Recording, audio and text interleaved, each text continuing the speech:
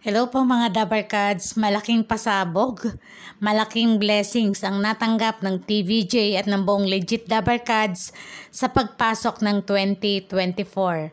At napakagandang senyalis po ito na tuloy-tuloy ang mga swerteng papasok sa original na longest running show in the Philippines, ang Eat Bulaga.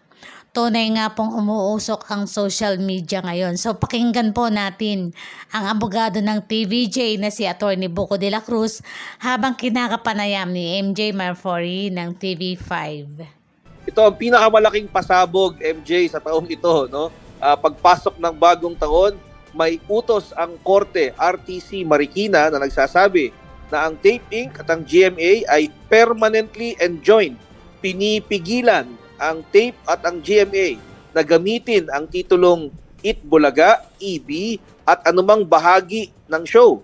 Anumang portion nito, kanta, jingle, segments ng mga nilikha ng TVJ. Dahil sabi ng korte, ang lumikha nito ay ang TVJ at ang karapatan para sa paggamit nito ay na kay TVJ lamang. So ito yung pinakamalaking anunsyo. May permanent injunction at ang nature ng injunction ay immediately executory siya.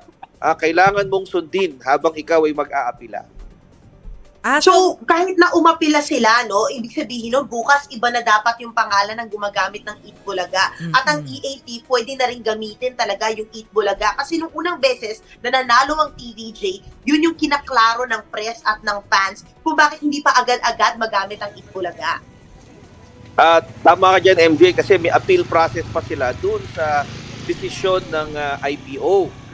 Pero iba kasi ang injunction. O kaya nung tinanong kami, sabi namin, hinihintay namin yung injunction. Kasi ang injunction, immediately executory siya. Yung iba ang tawag dyan, TRO, di ba? Temporary Restraining Order. Yung TRO, 20 days lang kasi yon. Mas mataas ang level pag injunction. Dahil yung injunction, walang period. Nakalagay nga dito sa utos ng korte, permanent injunction. Pinipigilan silang gamitin. Attorney, galing mo talaga mag-explain. Baka may bonus ka na naman, January pa lang, ha?